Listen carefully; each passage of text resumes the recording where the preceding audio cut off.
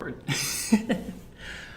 so I'm here at the Center in Halston with Austin. Is Baidas. it Baidas? Okay, yeah. I was definitely the person. And for full disclosure, I've known Austin in passing through various sports leagues, but I don't know if we've ever formally had a very long discussion. And so this is actually a kind of opportune time to do so, since you're currently running for the 44th Ward candidacy for Alderman in the 44th Ward. Let's see. We can just start off and go right into it, or is there any sort of intro? Yeah, do you want me to introduce myself a little bit? Yeah. Talk about This my is me background? learning. Okay, yeah. So, Austin, why don't I give you the floor and just introduce yourself to the listeners and let us know, why you're running for the 44th Ward, the Alderman in the 44th Ward. So yeah, my name's Austin Baidas, and I want to be your Alderman in the 44th Ward. I started my career in business, turning around companies, and when the Great Recession of 2008 hit, which I blamed on bad public policy in DC and greed on Wall Street, I saw all the pain it inflicted on my family and friends, and I wanted to get involved. And I switched careers and got involved in government. I worked in the Obama administration at the Department of Transportation as a senior advisor, regulating hazardous material shipments. And then I also was fortunate to work for the state of Illinois in numerous positions, including as associate budget director. And one of my tasks as associate budget director was to find ways to save money without cutting programs. We saved $55 million a year by consolidating leases. We took people out of lease space, moved them into state-owned space, got rid of the leases, and saved the money. Can you explain a little bit more about explain those leases again? I don't understand the difference. So the state of Illinois has just under 50,000 employees, and they do their work in office space. Mm-hmm. And the state has buildings that they own, and then they also have space that they lease for people to have offices in. And we moved the people out of the space that we were leasing into space that was already owned by the state, and then got rid of those leases. So then we didn't have to make the lease payments. Yeah, it's just more efficient. Taxpayers some money. Yeah. Oh, awesome. Let's see. So, and we'll probably get into that in more once. I think I remember doing some research, and some of the questions. I believe there's there's definitely some stuff in there, so we can even talk about it in more depth. So I was going to say, one of the really cool things was working at the state of Illinois. Mm-hmm. And I think I first got involved in government to do practical things like saving money, making government run more efficiently. Mm-hmm. But I found out the power of government to really change lives. So I was working for the Governor Quinn, and Mm-hmm. was the highest ranking openly gay person in the governor's office when a team of activists came together to pass marriage equality. Mm-hmm. And we did that in 2013. And I was really fortunate, 7 months later, my uncles, who just celebrated their 35th anniversary, they came to Chicago and they got married. Oh, okay. It was incredible to see all my family members come together, who used to Yeah. refer to my uncle's husband as his roommate or his friend. Actually recognized their relationship. They supported it, they acknowledged it, and they actually celebrated their loving relationship. And it was great to see the world change. Yeah, no, that's like something that I grew up in Minnesota, and that's not it was very not something that was discussed. So I guess on a personal note, what was it like growing up? If it's don't feel free to say you don't want to answer it, but what was it like growing up with openly gay relatives? It's something that I don't know, and other people I don't know if this is really pertinent. So ultimately in the long run, it really helped me coming out as a gay man. Mm-hmm. to have an openly gay uncle. Yeah. But it was also weird, the dynamics is my uncle brings was then partner, now husband, to Thanksgiving, but nobody acknowledges their relationship. It's like, oh, he brought his roommate. And, I think that's why, marriage equality is so powerful, that it really brought their relationship up to the same level as all my other aunts and uncles. And Yeah, it's it's really important. obviously marriage equality is something that I support as well. So okay, on to the meat and potatoes. So can I take? Sorry. Yeah. So just what that showed me was really the power of government to change lives. Mm-hmm. So I want to bring those same values to city council, that we can do practical things like ending corruption, ending insider deals, making sure money, instead of going to insiders, goes to things we care about like public safety and education. But we can also do things that change lives, So like the $15 minimum wage and family medical leave. Mm-hmm. Oh, so you say this is part of the reason why you decided to run for office? Because up until this point, you haven't run for political office. This is a first time for you. Yeah, first time ever running for office. And mostly you're coming from the vantage point of I've operated within some higher levels of the bureaucracies of our government, federal and state. I think perhaps you're going to take kind of what you've learned from kind of the inner workings of knowing how things are actually done within the government and kind of applying, maybe your opinion to it as an elected official. Or, would you how would you represent my views as a 44th Ward citizen, I guess? I'm sorry. I'm going to stop asking this question. This is weird. Yeah. So I think what's really important is that the alderman is a voice of the residents in the ward. And I think all too often what's happened is City Hall has dictated what goes on in the ward. Mm-hmm. And I think it should be the other way around. The alderman has the mandate of the residents. The alderman's the person who goes to City Hall and fights for what the residents want. Mm-hmm. Yeah. Yes. Okay. Sorry. I'm going to. Okay. Should you be elected to alderman? What is your broad vision for your 3-year term as alderman in the 44th Ward? What do you hope to change most?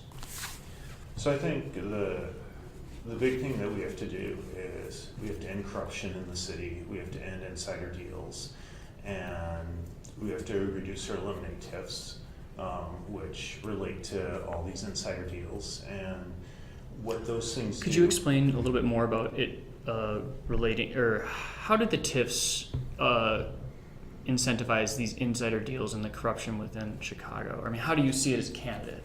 Yeah, so there's a couple big problems with TIFs. Yeah. The overarching problem with TIFs is TIFs were originally supposed to be used to help to redevelop disadvantaged neighborhoods, and they're not being used to do that right now. You look at there's a whole bunch of TIFs in areas that shouldn't need government support to be redeveloped. And one example is the Lincoln Yards development that's going on. And where is that? So that's the property that's between Lincoln Park and Bucktown, okay. Along the Chicago River. There's been a lot of discussion recently about a TIF there.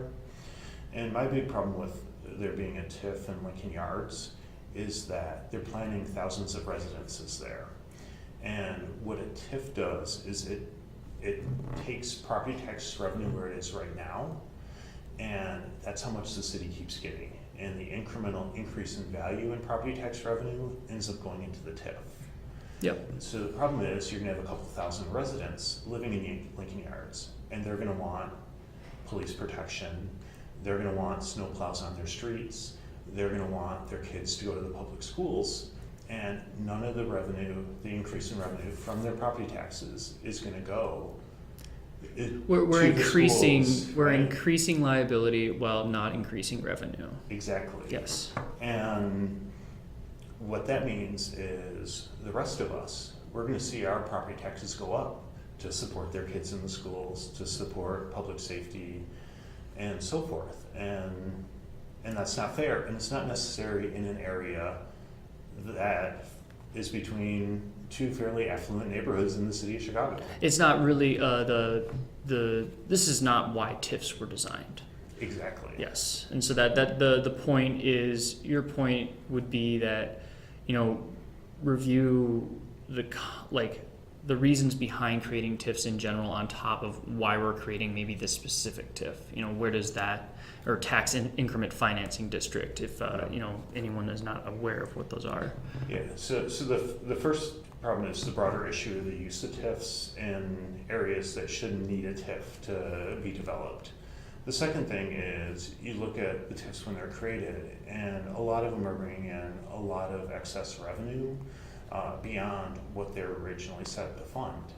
And these pools of money end up being slush funds for the local alderman to use.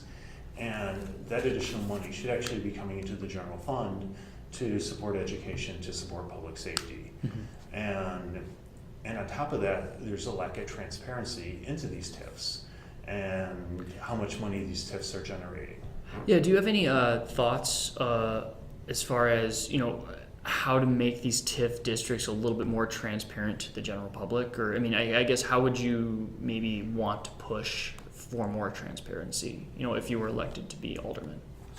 Well, I think, we live in the age of the internet, and, I think everything should be posted online. I think average voters should be able to see where their city government is spending money. Mm-hmm. So I'm all for transparency and posting everything we can online and giving people access to the data so they can make decisions for themselves as to their views of how the city's revenue is being spent. Oh, awesome. Let's see. So, what has been the most difficult aspect of your election campaign so far? Like, what is the thing that surprised you the most, how difficult it was? So the toughest thing is I have 5 nephews and a niece. They range from 8 to 15 years old, and 4 of my nephews play basketball. And the last few years, I've gone back to Michigan where they live, a weekend or 2 a month to watch their basketball games. Mm. And I've been here knocking doors on weekends and haven't been able to watch them play basketball.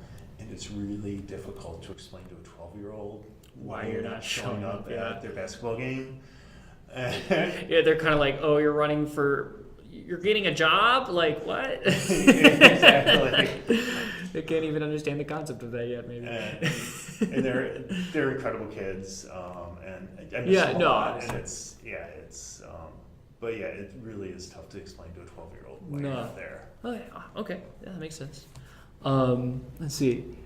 Okay, so during your first year as alderman, how do you look to spend the 44th Ward's menu money, or it's roughly that $1.3 million that gets allocated to each alderman to use as how they choose around the ward?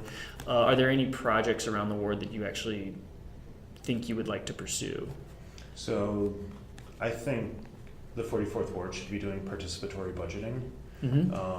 8 other aldermen are doing it right now, and in conjunction with each other. For their own ward, there's 8 aldermen in the city of Chicago who've decided to do participatory budgeting in their ward, and Joe Moore up in the 49th Ward started it like a decade ago. So there's a lot of experience in the city with participatory budgeting, and I think it's a great way to bring the neighborhood together to find out which projects residents actually want to spend the money on. So I think, $1 million of that should go to participatory budgeting.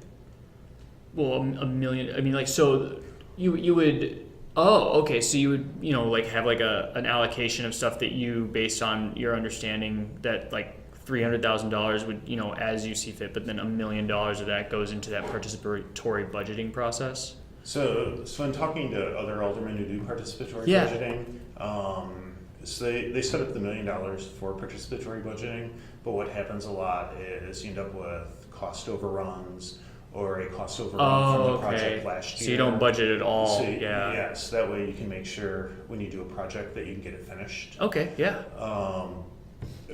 But it's a great way for residents of the ward to bring up what's important to them and then talk to their neighbors, and you have the whole neighborhood vote on it, and then we fund the projects that neighbors actually want. And Okay. it's not my decision, it's the neighbor's decision. Mm-hmm. And one idea, had a woman stop by the campaign office last week, and she's got a small dog. And she's like, there are no small dog parks in the ward. And, you know, I take my small dog out to Belmont Harbor, and it's gonna get run over by all the big dogs. I just got a pit bull. The dog would run over a small dog. And she's like, in the South Loop, they actually created a small dog park, and it's incredibly popular. Mm-hmm. And she's like, what about doing a small dog park in the 44th Ward? And I'm like, Mhm. this is exactly the reason we have participatory budgeting, so that you can bring up that idea, you can talk to all your friends who are small dog owners, build a coalition together, and you'll get your convince- small dog park. Yeah, and convince neighbors that this is the proper use of our money. Yeah, and one thing that is fun about small dog parks is they're actually probably pretty small compared to normal dog parks. Let's see. Okay. So what do you think is the biggest issue that you see that's facing the 44th Ward over the next 3 years? So yeah. What do you see as the biggest issue that we're facing? So I think the big issue, we're looking at a time in the city where there's going to be a lot of change. We're going to get a new mayor. We're going to get 15, 20 new city council members. And this is our opportunity as a city to change the political culture in the city, to say no more to Ed Burke, no more to corruption and insider deals, and really make the 44th Ward work for the residents of the 44th Ward. And, you know, in the quid pro quo and the pay-to-play politics that have been going on. And to that end, I've pledged I'm not taking any corporate money, I'm not taking any PAC money, I'm not taking any money from billionaires, I'm only taking money from individuals. Because I think Citizens United was wrong, and I think the Alderman needs to represent the residents of the 44th Ward and nobody else. Okay, no, that makes sense.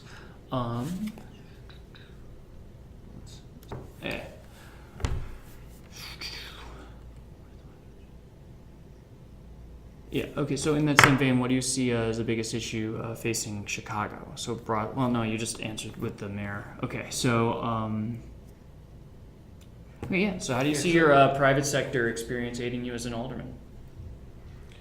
I think it's important for the alderman to be well-rounded, to have private sector experience, to have government experience, to understand. I go back to my degrees in economics and management, and to understand how economics work, to understand the challenges of small businesses.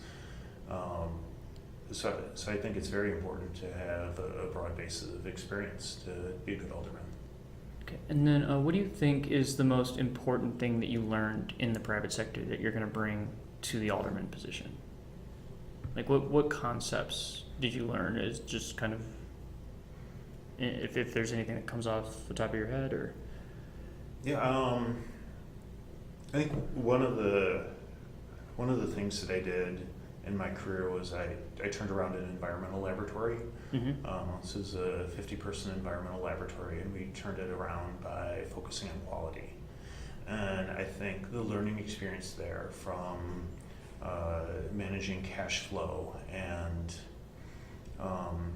having to make payroll every week, and the challenges of making sure you generate enough money to make payroll, to the other side of things like dealing with customers and making sure you provide great customer service. So I think the knowledge of struggles of both business people and individuals balancing their budget, and then being able to operate a ward office and understand they have to provide the highest quality customer service. I think all those pieces come together to help make a really good alderman.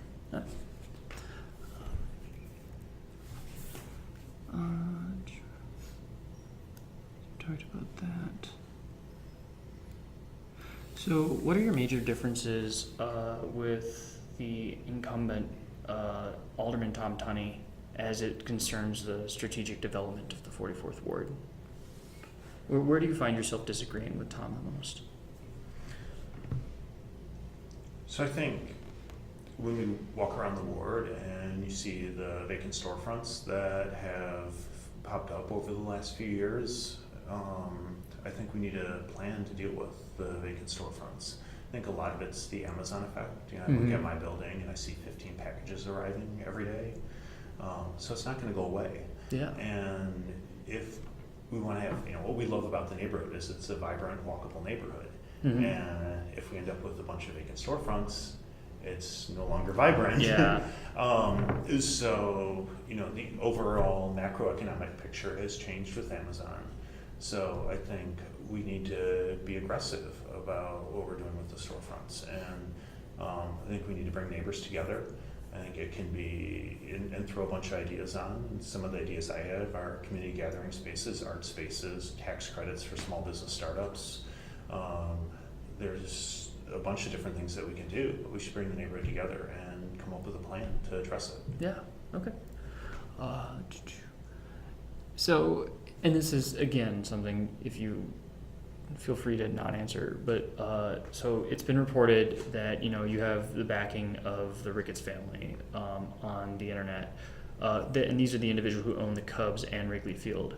You know, as a resident of the 44th Ward, you know, I would be concerned, you know, that their backing may have an influence on you or the decisions you're making. And my question to you would be, you know, what response do you have for me as far as, you know, and it's obviously great if you have that backing, but you know, how can I know that you're going to operate on my best interests and not necessarily the Ricketts, if that is true?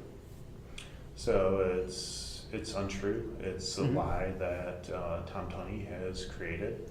And I've taken no money from the Ricketts. I have no business interests with the Ricketts. I'm running for alderman just for my neighbors, and my neighbors are my friends. Lived in the neighborhood for 15 years, and I'm going to do what's best for the neighbors. Okay, so how do you think crime's been changing within the ward? So I think what changes, so how has crime changed in the 44th Ward as long as you've been here? But then also, you know, what changes within the ward, within the policing strategy of the 19th district would you encourage? Yeah, so I think first, everybody deserves to feel safe at home and in their neighborhood.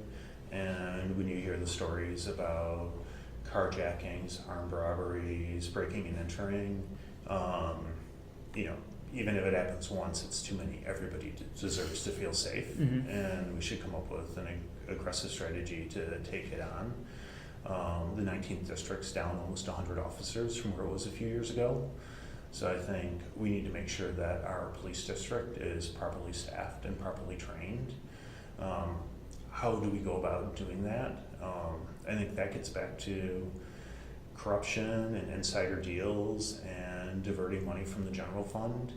You know, the city of Chicago raises a ton of money in taxes. The challenge is getting it to go to the places that residents want it to go. And residents want that money to go to public safety, and they want it to go to education.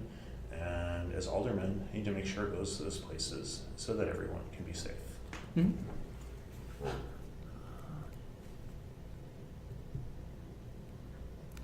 Yeah.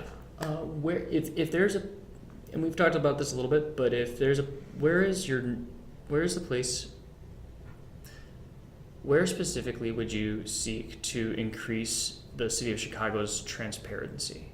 You know, where do you find that the city of Chicago does the poorest job indicating to its residents how they spend or operate within the city limits? I think the first step with transparency is this workers' comp fund that has been, you know, Ed Burke's been hiding it behind the finance committee. And, you know, the vote that happened a year and a half ago for the inspector general to review the workers' comp fund. And, you know, I find it deplorable that Tom Tunney voted against having the Inspector General look into the workers' comp fund. So I think the first place we need to start, especially with the indictment of Ed Burke, is let's look at this fund that he's been controlling.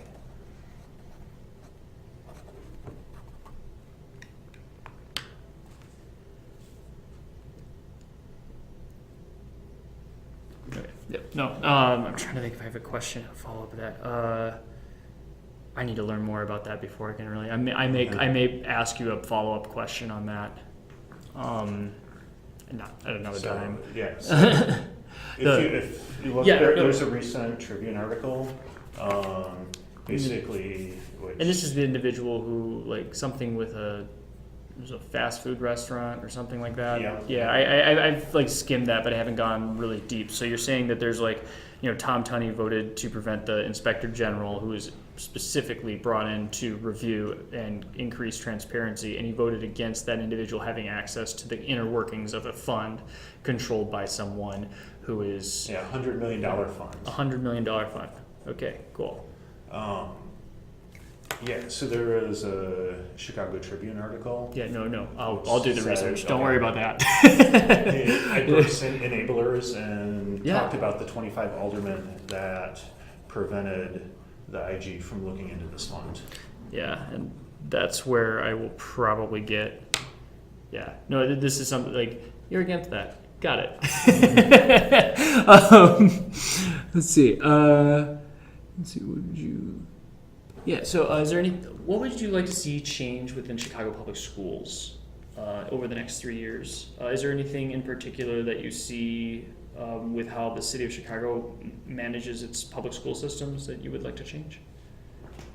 Yeah, I think the big thing is resources for public schools. Like, we have great K through 8 schools in this neighborhood, and it's because parents raise hundreds of thousands of dollars in addition to what the CPS allocation is.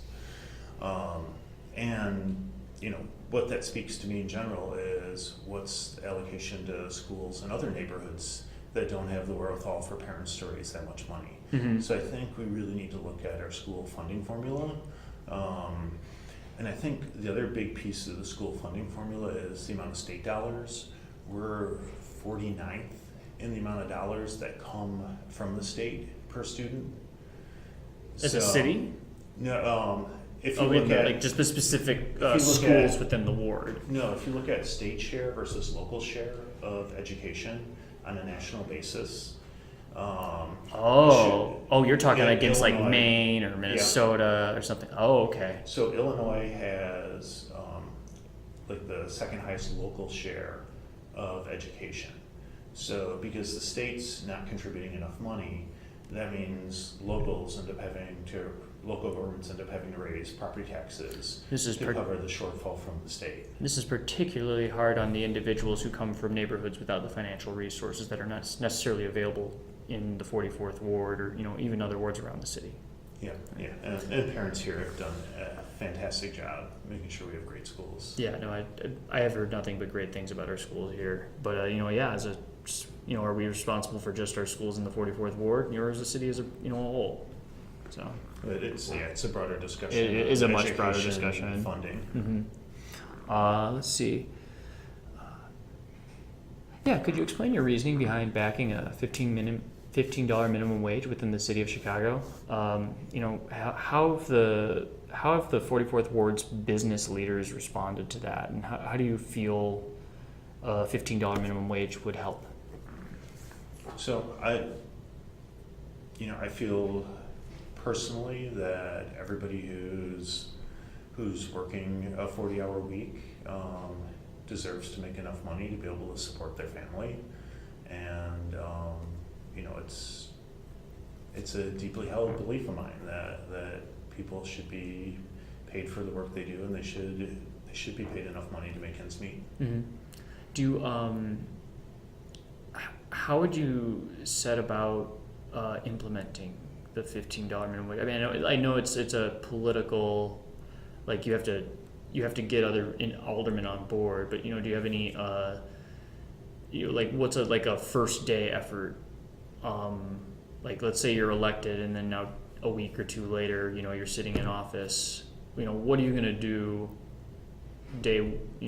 when you start going after the $15 minimum wage? What are you going to start to do to make sure that we get that? So I think whether it's the $15 minimum wage or it's ordinances to increase transparency, or one of the things that I've been really pushing in the campaign is a term limits ordinance. Mm-hmm. I think aldermen should be limited to 2 terms in office, so we get fresh ideas at city council.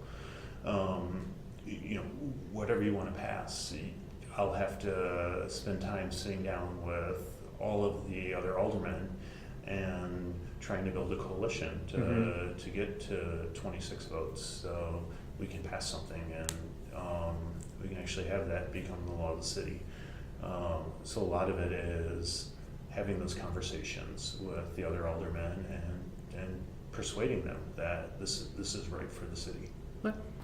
Awesome. Let's see. So I think this is So this is the last question. Can you explain your involvement with the Center on Halsted and Howard Brown?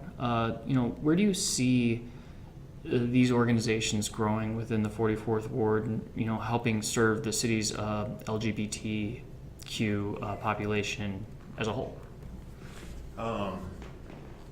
So being involved with social service agencies, I think as a member of a community, being part of a community, it's to be involved and give back and do what we can to make our community better. I was really proud when I was on the board at the Center on Halsted, and I served 8 years on the board and have since termed off. But one of our major projects while I was on the board was the senior affordable LGBT housing, and really proud to work that project from start to finish, and to be able to offer affordable housing for LGBT seniors in the neighborhood. And how long has that been open now? Has it been like a year or two? I actually don't. It's really like recent. 3 or 4 years. Oh, is it 3 or 4? Yeah. Okay. It's been a while now. Yeah. So I think that's a big success, and I think our only mistake with that was we didn't build it bigger. Because there is a demand for affordable housing in the city and a demand for affordable senior housing. Okay. Huh. Yeah. No, and it's one of the things in getting back to kind of some knock-on effects of previous policies. The TIF districts, especially in the 44th Ward, have driven up the prices around here, and I've heard stories about individuals who've actually had to sell their place due to some of these the rising taxes. No one specific. It's always a second or third hand, but it doesn't surprise me that we're finding out that there's more demand for this type of housing. Yeah, this was a couple weekends ago. I knocked a door and met a woman in her 70s who her and her husband own, I believe this is about a 12-unit apartment building, and have owned it for years. And she was talking to me about how much property taxes on her building had gone up. And to cover the property taxes, she's going to have to raise rent on her tenants. Mm-hmm. And she knows some of her long-term tenants aren't going to be able to afford the rent. Mm-hmm. And she's like, the city's putting me in this horrible position. What am I supposed to do? And she's looking at me for answers, and I'm like, this is why we need to fix the city and the insider deals, the corruption. And just start really getting into TIF districts and yep. see where we're at with them. Yeah, and to make sure that all the money that the city's raising right now is going to where we want it to go. Mm-hmm. Do you want to talk Howard Brown too? Yeah, I mean, whatever you want to talk about. Like this is all stuff that I use for background and to like kind of develop the article. Yeah. So Howard Brown's a phenomenal organization. Howard Brown provides health care to over 30,000 residents in Chicago, and we talk about deeply held beliefs. I think health care should be a human right, and that Howard Brown provides health care to people regardless of ability to pay is actually really amazing. So just really proud to be part of the organization. And the other big thing about Howard Brown is it provides culturally competent health care. So the LGBT community can go to a doctor at Howard Brown and feel feel comfortable talking about their unique healthcare needs with the doctor. Mm-hmm. And Another thing that the current alderman did that really upset me was last summer he voted for the tax break for President's Healthcare. It's a $5.6 million tax break, and President's Healthcare follows the strict religious doctrine for healthcare. So if a rape victim gets taken to their emergency room, they don't offer emergency contraception for a rape victim. They don't provide abortion care. They don't provide LGBT competent health care. This was a citywide funding that he voted for. Yeah. So it was a tax break for them, and I don't think we should be giving tax breaks to people who don't offer a full range of healthcare services, including reproductive care, stem cell research, in vitro fertilization. I think those should be available to everybody. Let's see. Is there anything else you would want to tell the residents of the 44th Ward about your candidacy and why they should vote for you? So I think, this is our opportunity in the city of Chicago to have change. And we're going to have a new mayor. We're going to have a dozen or two new city council members. And we can have the city we want, a city where we can end corruption, we can end insider deals, and we can have a government that works for all the residents of the city. And this is our chance. And I want to earn the vote of all the residents of the 44th Ward. So I'm asking you for your vote. And, find out more about me. Look me up at www.austinbaidas.com. And thank you for taking the time today. Yeah, thank you so much for meeting with me. Yeah.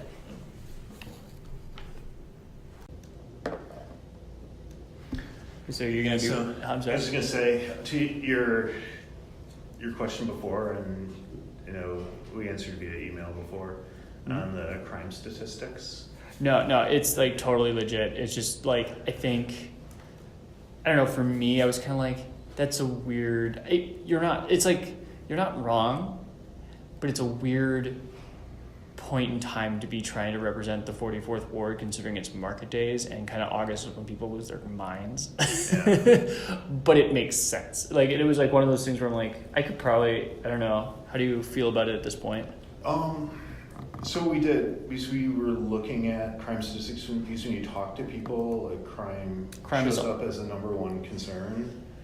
Yeah. And so we put the website together in September, so August was the most recent month, so I just did August over August. Yeah, no, I don't have, at this point in time, like when I've talked to people about it, it's more of like, I've updated the article, it's like, this is when it happened. Like, yeah. That's fine. But I think it brings up the broader issue of crime statistics. And one is, the city likes to... They juke their stats, I'm sure. Yeah. If anyone's watched The Wire, we all know they juke their stats. And it's one of those things where, carjackings could go up from 5 to 10. But it's hidden within that there's I was actually going to look into they have a 402 designation database on how crime is how it all works, and it's just I went and read, I skimmed it because I was thinking I might do an article on it at some point in time, but yeah, some of them are okay. That's a crime, but because there's crime and then there's nuisance. Yeah, so it's minor theft could go from 875 to 850, so those go down 5 or down 25, but carjackings go up 5, and they'll send something out that says crime went down. Well, and it is something that, because of some of the interconnectivity within a long-serving police force and a long-serving political office, it can be just hey, we're actually experiencing an uptick in these specific crimes that are actually high noise value, and so let's tell our police sergeants or whoever's in control, it's hey, let's just be nice for a month and a half, and that's not saying that that's what's happening, but it's like you can see in a city of Chicago where it could happen like that. There's a great podcast it's a podcast about the internet. I did a 2-part expose, or not even expose, just 2-part story on CompStat, which is the system that now Chicago, New York, and everyone What was uses. the podcast called? It's called Reply All. I've heard of them. Yeah, no, I've listened to them a And few they times. did, I think it's called The Crime Machine. The Crime Machine, yep. Yeah, it's Part the 1 and 2. episode. Yeah. Oh no, I'm gonna check this out. It's about New York, but it talks about how CompStat was developed. Well, it's that guy who wasn't McCarthy the one who came from New York? So McCarthy came from New York. So he just did the same thing he did. He in did New the York. same thing, and then the Chicago Magazine, I think, did the 2-part huge series on how they were kind of cooking the books on the murder rate and led to McCarthy's firing, especially after the bombing. Yeah. So those 2 things together in tandem is what I always recommend to people when you talk about police stats, is because they just provide like a broader perspective of No, that's actually, if I were to write that article, thank you so much, because it's very helpful. Because it is one of those things where like I have my background in my MPA, but like things have changed. Like it's just so even like on a minor level, a friend of mine locked his bike up under the staircase in his building, and lock was cut, bike was stolen. mm-hmm. And he gets back the police report, and it says lost bike. And It's like stolen bike. right, and Like it's like that matters to the individual on the other end. It's like, oh, lost bike, so I'm definitely not getting this back. I've just wasted a whole bunch of time and paperwork. yeah, And that's kind of that's hello. Oh my God, you're in Yeah, no, here, and if you want to, like, I'll definitely probably ask, like, I had to ask a few follow-up questions of Patrick, so I can definitely ask you, I'll probably figure out a few as well. And really what it is just to make, like, because if I make a statement of fact, I need to make sure, like, one of the things that Patrick was pointing out was like, oh, there's cardigos that are everywhere, but they're actually supposed to be illegal in the ward. Yeah, And so you can't drive them you can't park them. you can't, there's like some real, and it's so funny because like I was actually going to write a different part of that article, and then I was like, well, let's go make sure that this makes sense. And then I actually downloaded the app and I was like, oh, no, it doesn't let you park 43 and 44 didn't allow the pilot. here. Yeah. So. It's one of those things that like as I write the article and do my research, it's just some things will come up that I'll just ask questions on. yeah, makes sense. Yeah, on the Cardigo stuff, like Oh yeah, someone asked. in the long run, like I think Cardigo is really good, and it's an odd situation. And like I know, as for me as a resident, it's like, well, okay, the Cardigo makes sense, but for me as a resident, I mean, I like when I only work 3 days a week at my company, but they're out in Lincolnshire. yeah, And like come summer, like there's nothing worse than coming home on a Friday from Lincolnshire and then being like, well, cool.